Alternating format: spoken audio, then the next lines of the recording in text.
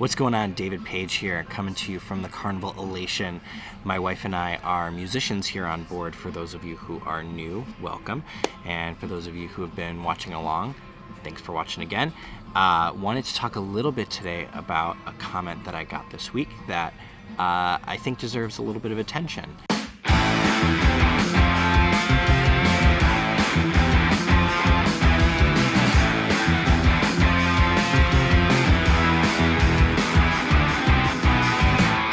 Someone had recently made a comment that said that they were surprised that we were able to use tracks as a duo on board a cruise ship, and that tracks really aren't for them, but good for us for using them.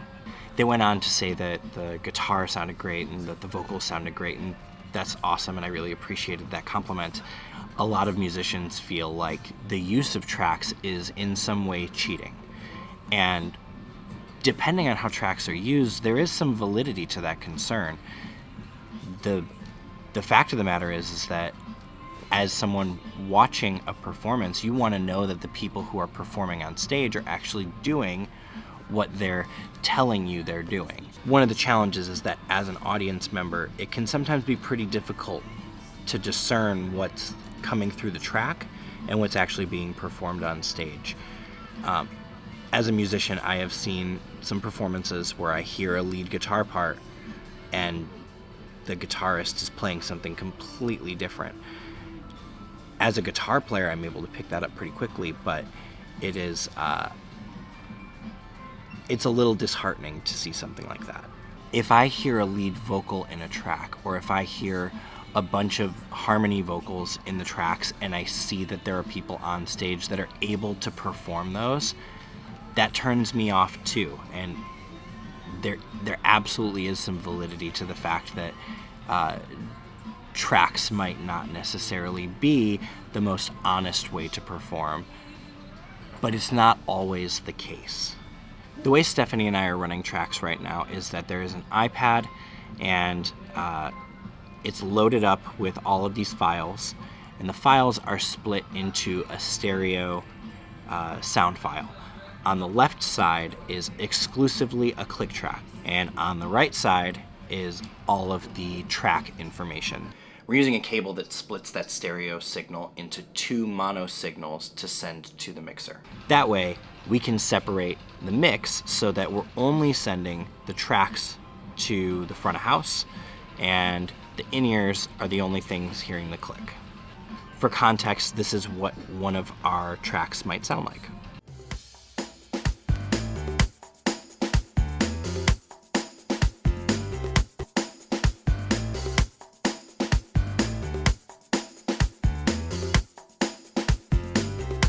And this is what we would sound like if we didn't have the tracks in there at all.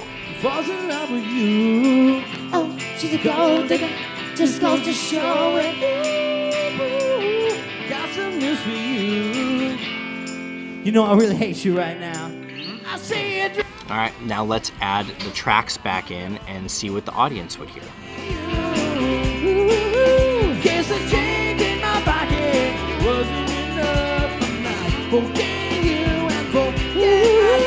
If I was richer, still be richer.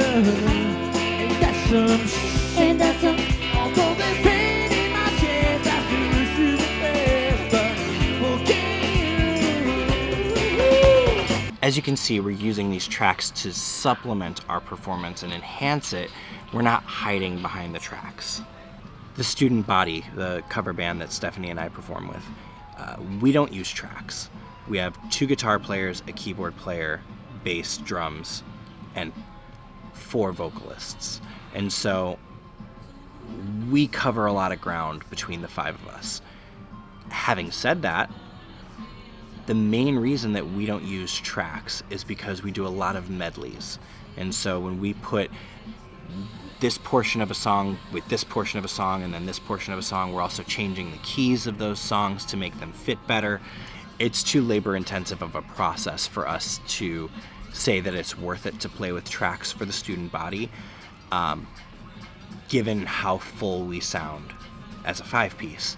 With my original band, the background tracks will have additional percussion or additional production that's been put in.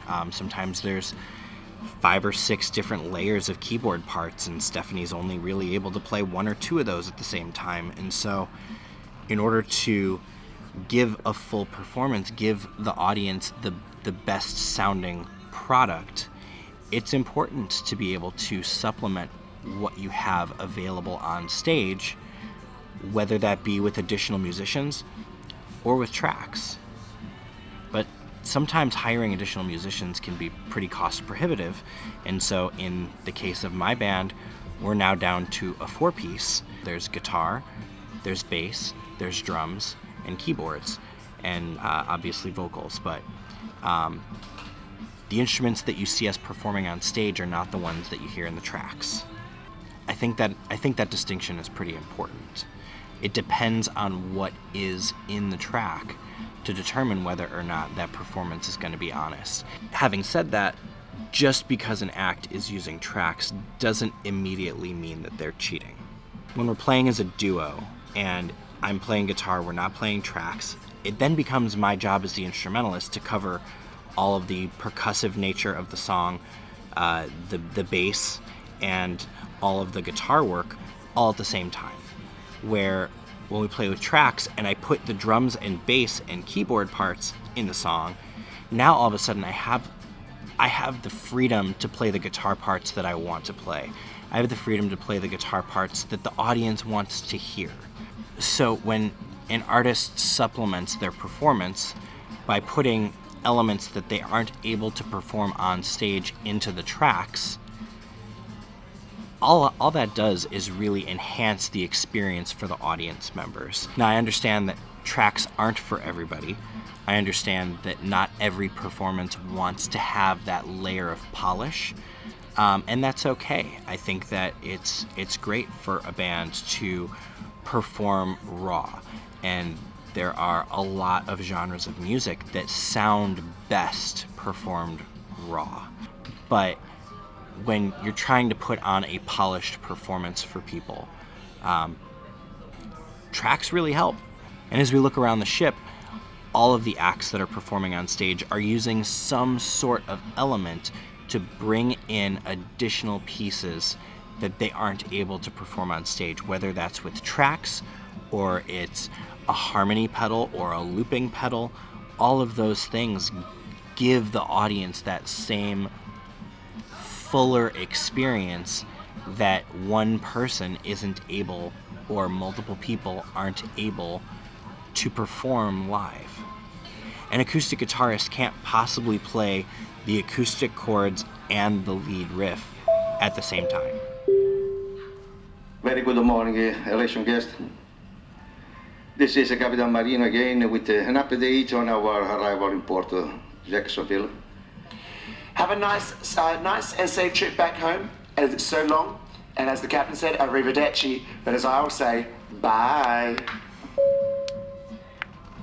If something were to happen on this ship that would cause the pieces of technology that everyone uses in order to play back tracks or to loop themselves, every single act on here would still sound great.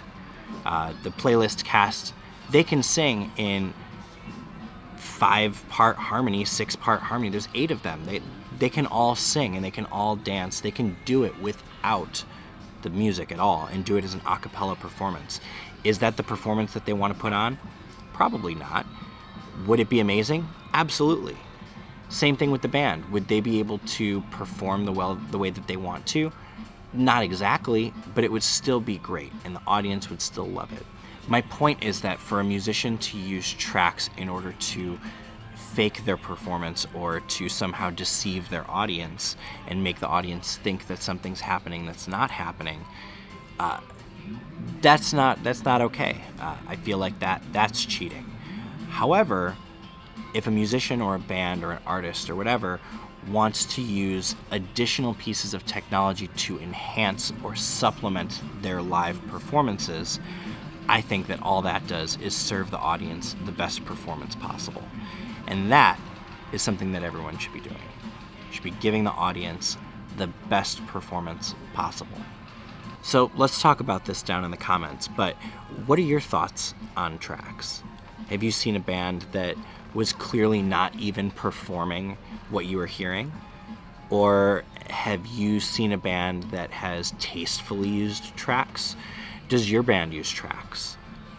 Let's talk about it. Until then, we'll see you next time.